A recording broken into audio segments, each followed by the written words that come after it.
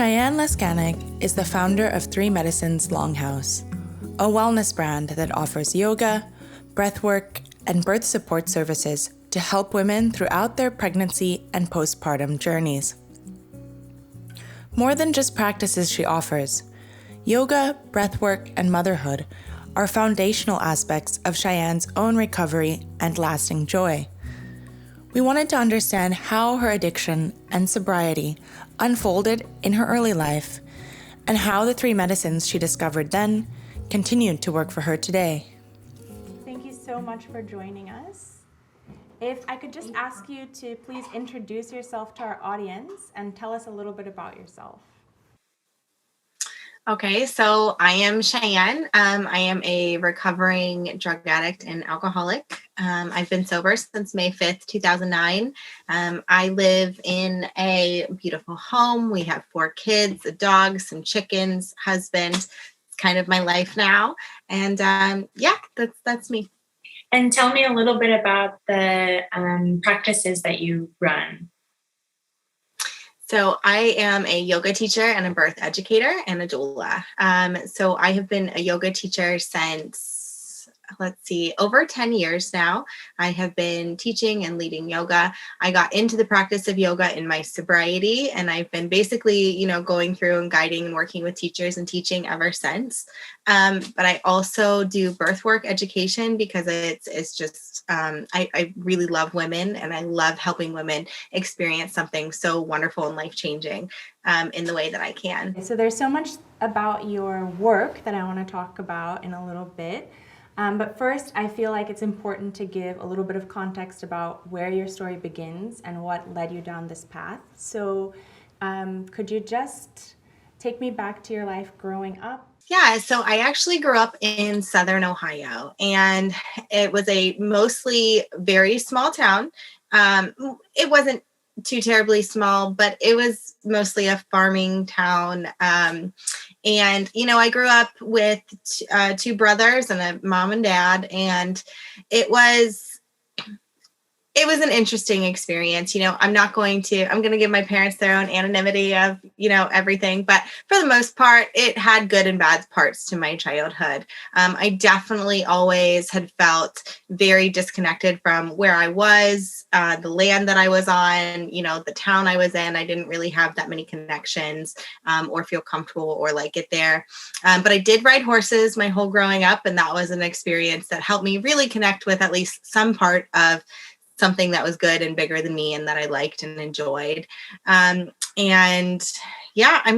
Growing up, it was an experience, to say the least. Not being overly connected to anyone around me, but also wanting to feel connected and having a search for that, but being unable to was definitely hard on me as a kid. Have you reflected on what that disconnect might have been rooted in, or why you didn't really feel like your community was for you at such a young age? Well, I think a couple of different reasons. And I think one of those different reasons is I think that as a child, I do believe I'm one of those people who believe I was kind of born with this alcoholism in me, so I do believe that even as some of my very earliest memories of 5 and 6 years old, I just always felt like there was a veil between me and other people, and I couldn't reach them or connect with them through it.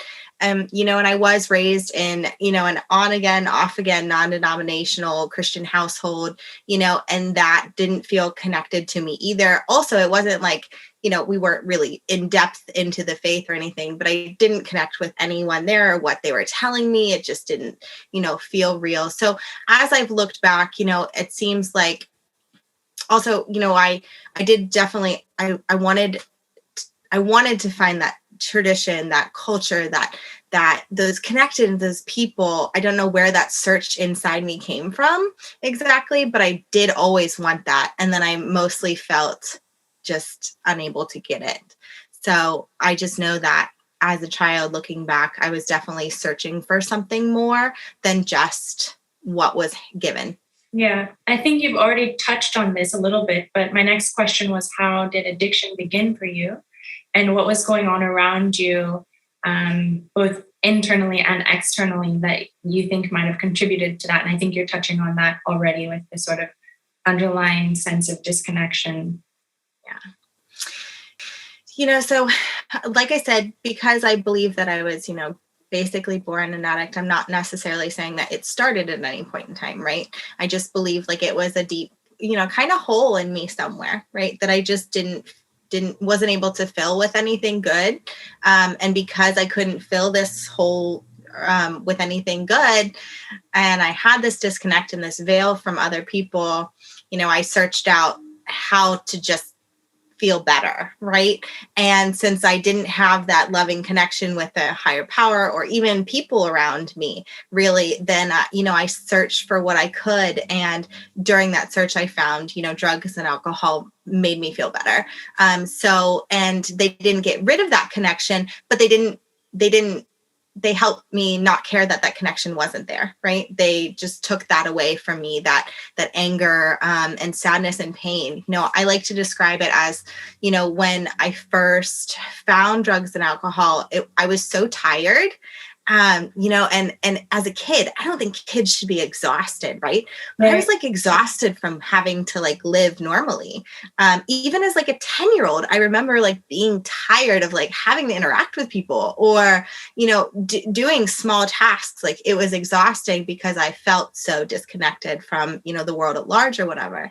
And so finding drugs and alcohol was definitely, it made me, it was like taking my shoes off after like years of, being exhausted, if that makes any sense. It makes perfect sense. Do you remember around what age these habits started to form for you?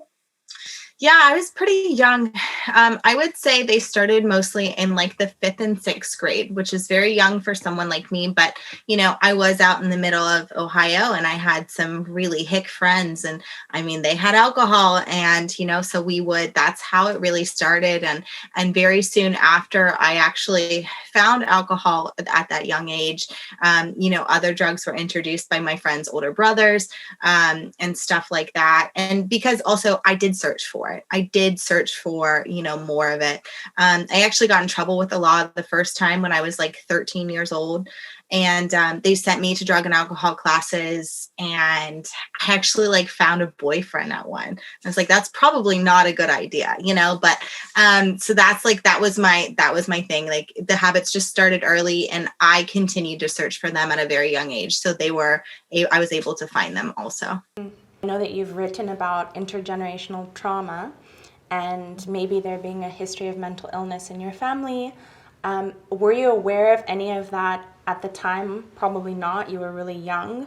But how do you feel that kind of might have informed your experience? Or what have you learned about intergenerational trauma since then? So even though I was young, I actually, I knew that my mother had struggles with depression. She was very honest about it. I knew that my grandfather was an alcoholic, my paternal grandfather, because my parents told me, that's why we couldn't visit him as much, or that's why he acted funny during these times, or, whatever. And they warned me too with this knowledge, like, hey, this is what happens to some of us, like you should be careful. And I remember hearing about him having alcoholism and being like, oh, I totally understand what that is at like, very young, like 8 or 9 years old. And I think that was just me really connecting with my grandfather's alcoholism and knowing like that I most likely felt very similar to what he was feeling. And intergenerational trauma, I believe that all of us, we are connected to our bodies. You can't really disconnect us from our own bodies, and our bodies are born holding stuff. And, our bodies are born holding traditions and values and, cultures. And, when we are disconnected from those or can be disconnected from those, I think I think it can be hurtful. I think it can be harmful to our body's natural wanting of our biological norms. So I know that me and my search for, as, being Indigenous and, having that I didn't have that culture around me. I didn't have those traditions. I didn't have those knowledge. I think that definitely hurt a part of my body in general. Right. And because it hurt my body in general, because, that's my biological norm and I don't have it. It also, hurt my soul and my mind and everything like that. I do believe like the whole being is supposed to be supported, and a lot of our intergenerational traumas from our families and being just disconnected from traditions and values and cultures, they hurt the whole person sometimes, and so I definitely recognize that. I think that had something to do with what I felt, and I can see it in a lot of other people that I've worked with. Yeah, so at the height of this sort of turning everything off, numbing your experience, feeling disconnected, and really your active addiction, if you will, what were some of the biggest challenges that you faced at that point in time? Well, for me, and my story is my own, it might not be other people's, but because I was so young, and because it was like, I like to explain me finding these drugs and alcohol, it was almost life-saving in a couple ways, because I was so tired and so exhausted from just trying to like live, that I did want to, die as a young kid. And, I did end up in the mental hospital at times when I was like 14 years old, because of these things, because I also had like some pretty strong mental illness with my addiction. And it caused a lot of problems for me. I mean, because what I saw in these drugs and what they made me feel and what alcohol made me feel, and because I didn't have anything else other than these things really to connect to at the time, I gave my whole life to it. So, I mean, I had problems with misery and depression and living and personal relationships. And, I really couldn't see a way out either. So an extreme sense of hopelessness, because it did get to that point, at some point, the drugs and alcohols, when they first came, they gave me a little hope, maybe, right? A little hope to feel better, a little hope to live. But I can't live as an addict. I can't live as an alcoholic. There was no way I could do that. I couldn't function as normally. I didn't go to school. I dropped out of high school. I tried, I had tried high school multiple times. It didn't work, and I couldn't do it. And so the hopelessness of, well, now I'm here. Now I have nowhere to go. Now I'm even more angry, more lonely, more tired. Alcohol, it was really hard to be in active addiction. It was. Yeah, I can imagine. So you mentioned that you had gone to some kind of program at a certain point, met a guy that probably didn't stick or fix the problem, I would imagine. And then you also mentioned that you had some experiences with like more traditional mental health treatment. What eventually sort of changed or began to lead you to sobriety, and what do you think was different about that sort of transitional period versus some of the other experiences that you'd had before? Well, I think one of the reasons, because I was so young, all the different, because I did, I went to drug and alcohol classes as a kid. Then I went to therapy multiple times. They put me on different medications at multiple times. I went to a STAR program. I went to a psych ward. I had all of this big, list of things that people tried with me. And I think because I was so young that they really just thought I was more mentally ill than I was a full-blown addict, which I was. I had some of those, mental illness and depression and problems. And everyone that I worked with really didn't have experience being an addict, though, or feeling like I had felt, or they just, no one had a connection to me really. And they didn't know what, so they didn't have any real advice, and I didn't feel like I could trust anybody. Eventually, now my sobriety, I did go into sobriety involuntarily because I did end up getting in big trouble with the law. And because of that, I was given really three different choices. And, it was jail, rehab, or just, back onto the street, and my family was going to completely, disown me. And out of those three choices, I did finally, I chose to go to rehab, and I'm grateful that I had that opportunity for me. Why do you think you chose rehab instead of just to be like, okay, what was the driving force? Because sometimes for people, when they may deep down inside, they want to do something different, but they're not seeing how the change is possible. It could have been very easy for you to be like, fine, if you guys are going to close the door, I'm out of here. The biggest, it was actually like a very big moment that I remember, and I couldn't call it anything but a spiritual experience, to be honest. When I was finally arrested, and I'll always remember what happened, because like this was not the first time I'd ran into the law. This is not the first time like, you know, this had happened. But right before I was arrested, you know, I had left my home. I was living in a trailer in Southern Ohio, like with a bunch of people. Like it was bad. And I knew that my life was most likely just going to be over. Like that's like, I went into my addiction at that point in time, knowing that I was hopeless. And then when I was arrested, and everybody, because there was multiple people there too. And like a lot of, you know, everybody was taken away from me. And I was like they were, you know, taken away into other areas.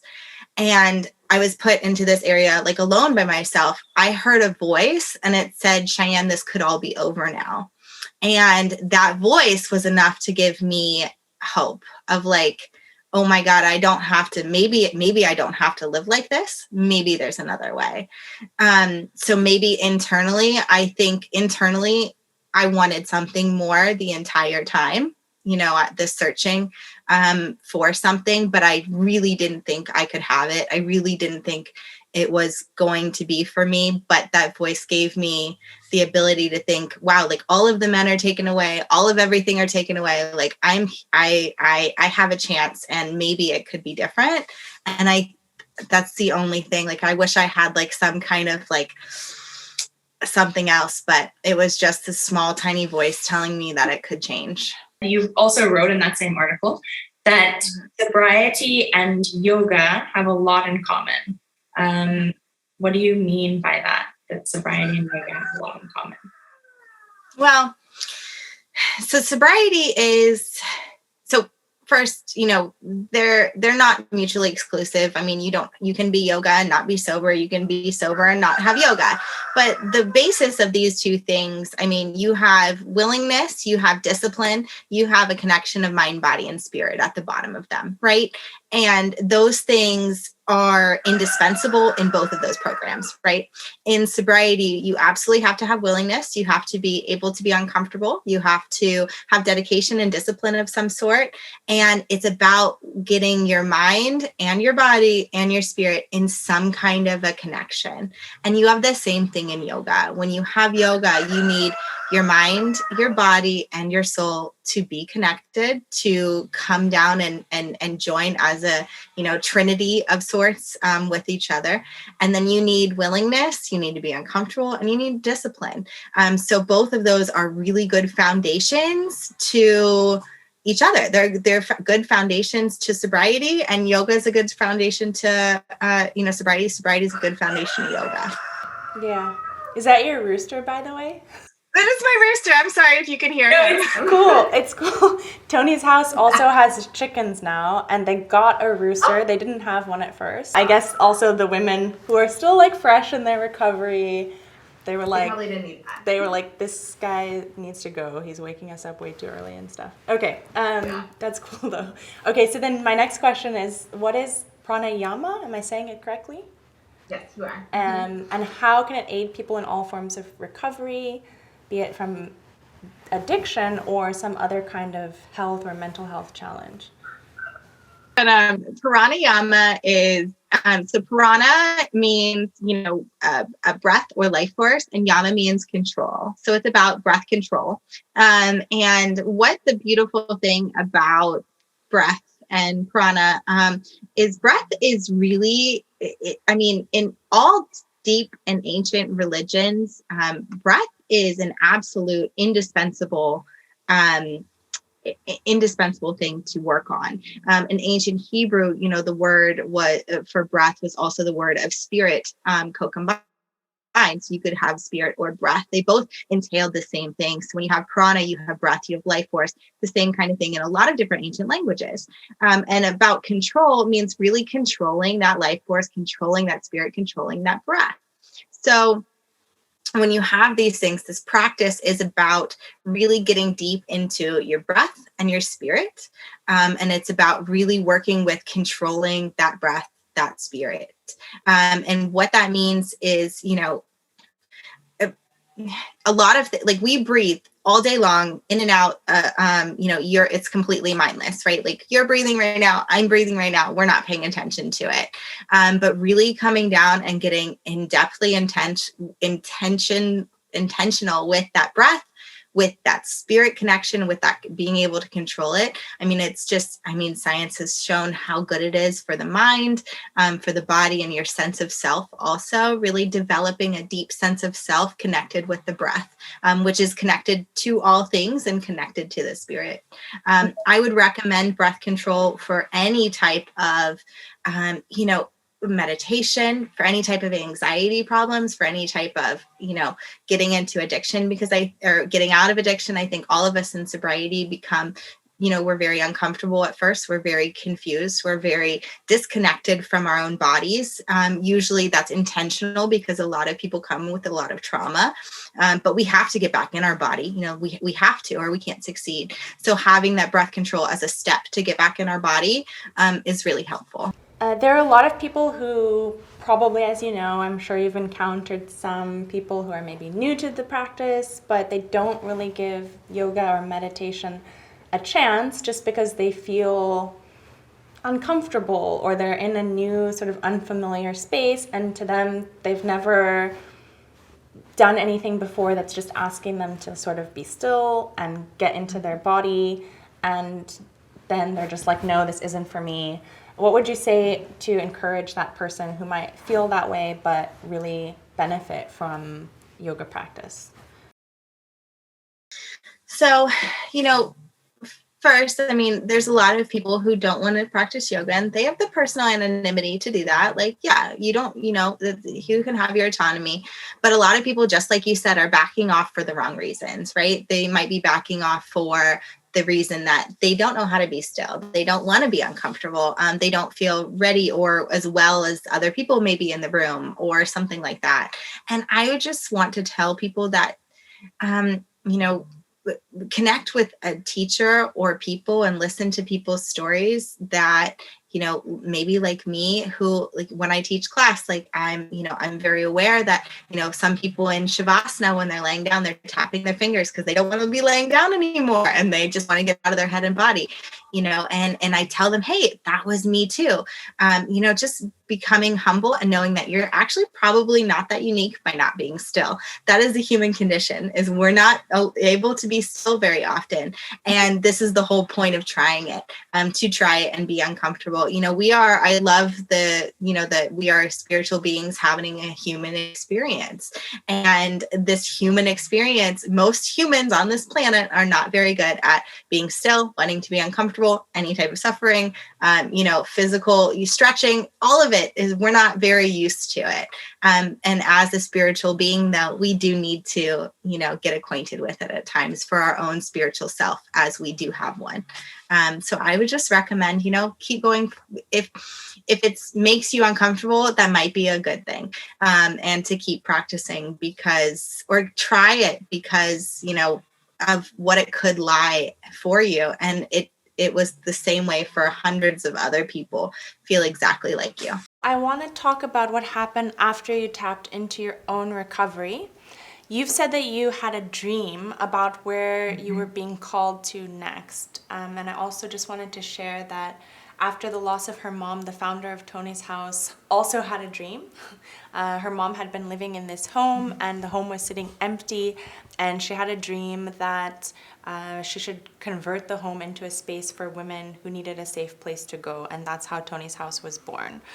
So we also believe in the power of, whatever that internal voice is, or that higher power speaking to you through dreams. So what was your dream? Can you share? And what did it bring forth for you? This calling just kept coming over and over again with my responsibility of how lucky I was being sober, and how I needed to translate that to other people. All of the people that helped me get sober were continuously showing up in my dreams. And because they were continuously showing up in my dreams and they were continuously talking to me, it was just like this deep pull of this responsibility that I have to help others get what I have.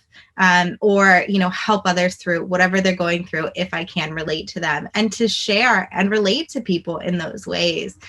So it just was a very powerful just experience throughout multiple months of just this big responsibility that I have because of the people that helped me, because they kept showing up, they kept talking in my dreams, they kept, just being there, these wonderful women and men who, shared their life with me and changed my life. And I knew that I had a responsibility for others. That's incredible. So what did you start to create? Tell me about the community that you started to build. I'm very grateful to be around people, through the AA groups. So through AA groups, I've got to continue to work and bring meetings into jails, into halfway houses, and create that community throughout that, which is great. But my own personal responsibility, I've created a online wellness for people who need a supplementation in their recovery and their sobriety for their mental health. And it has a lot of yoga and meditation and journaling in it, because I believe that, we can benefit from, getting that mind, body, spirit connection. I have been able to lead workshops all over the place, where I live locally and outside of locally, breathwork workshops and yoga workshops. Can you tell me about Three Medicines Longhouse? What's the significance in the name? So Three Medicines, it's really just starting to talk about, the medicine of mind, body, and spirit, which would be 3, right?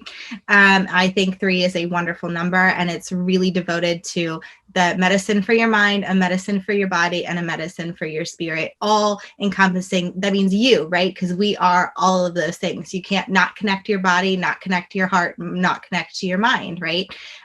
So it's about really that whole scale body person awareness for medicines for all of those things. I want to talk about some of your critiques or criticisms of the wellness and yoga space, particularly around what you've described as the whitewashing of these practices and the commercialization, really, of wellness. Why is this a disservice to everyone and not just to people who also deserve to see themselves represented and reflected when they go to a yoga class and see an instructor who looks like them? Why is this whitewashing or in general commercialization not really to anyone's benefit, regardless of how you identify? Well, I think the biggest problem with the whitewashing of yoga and the commercialization of it is that it has completely taken away the reverence, the deep reverence that we are supposed to hold towards this ancient, beautiful practice. It is a fundamental spiritual practice, right? I mean, you can't take this spiritual practice away from what yoga is, and that has been happening everywhere. And I think that just does a disservice to everybody at large. If you try to remove the roots from something, you're going to end up with a dead tree. And I think that's what we're seeing is in a lot of yoga worlds and a lot of yoga studios, that, the roots have been taken away and they're left with something very pretty, but is slowly dying. And it's not useful to everybody. You can't get new life from that tree. And, the other thing that I think is specific to the whitewashing of yoga and how it is a disservice to somebody is we've tried to add these Western ideals into yoga. We've tried to add, science or therapy into yoga and all of these other things, when it doesn't actually need any of that. It needs its deep rooted reverence for this beautiful practice, and its initial, yamas and niyamas. And it doesn't need, the westernized concept that people keep adding to it, because that's not helpful for everybody. When it comes to escaping society's pressures and relieving stress, you said, and I'm going to quote you, disconnection is only a temporary solution. Sometimes you need to be fully present and willing to embrace the difficult, be it in sobriety or an advanced yoga pose. True liberation comes when you're no longer afraid of the struggle. That's what sobriety is all about, after all. How do you stay connected day to day and also to your sobriety? Do you still get that from yoga, or do you have to now find other outlets? I have. So I do yoga. I mean, yoga is a daily part of my life, and not just the physical part, but the fact of everything it's given to me, right? Yoga has helped me gain discipline, which is something I use every day, just to wake up early and take care of my kids and clean the dishes, right? Yoga helped me just become a better person. So whether or not I'm physically doing yoga every day, which I'm not, whether or not I'm physically, doing these things every day, what it has given me an entire thing of resources that I have all the time. So yes, I use it every day, but also, do I use other things? Yeah. But yoga has helped me get the discipline to, go hiking on a regular basis, to experience nature on a regular basis, to, I do pray. I have a solid faith foundation around me. So I do use those every day so that I can, live in this world as a prayerful person and connected to my soul. So yes, I have had used yoga, and it has gave me so many different tools to carry on throughout my daily life. And I do other things as well to keep me spiritually fit and connected.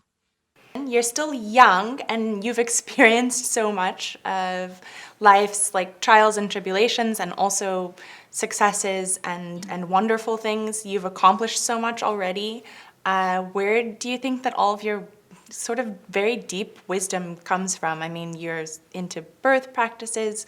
I think I skipped a question on Indigenous medicine and how you got plugged into those practices.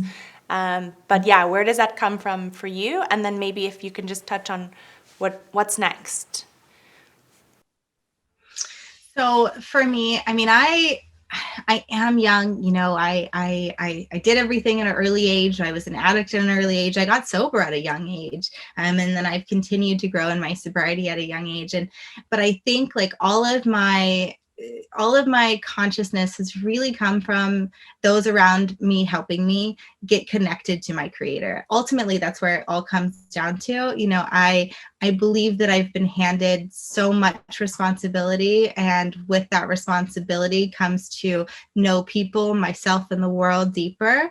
And as I continuously search for what that is and what God has in store for me, what my creator has for me, I've been able to, really just make some really good choices in this world, and learn really wonderful things. But ultimately, I think it's, the AA book, it talks about this conscious contact that we will get with our higher power. And I think that everything that I have today is owed to that conscious contact that I have found with my creator. And just, I'm just so grateful that I have been given the consciousness I have, and that I've continued to search what that is for me. But what's next? I mean, I just hope to continue, helping others and sharing my story just like now. I want people to know that there's hope out there for sobriety, and that we deserve it. And I also, I want to continue helping, women change their lives through childbirth and what comes after that. And because, mothers are the foundation of our entire society. And I want to continue to evolve with that. So, yeah. Well, I hope that I can continue to share my story so that other people hear that we can get sober, and we do deserve to get sober. They deserve it. They deserve sobriety and all of the wonderful foundations it holds underneath it. Thanks for watching In Recovery with Toni's House. Toni's House provides a safe living environment and a supportive community for people in transition, helping them heal, reconnect with children and family, and develop the skills needed for a healthy and fulfilled life. You can support Toni's House by visiting tonishouse.org/donate, and by clicking the subscribe button for more informative content and inspiring stories.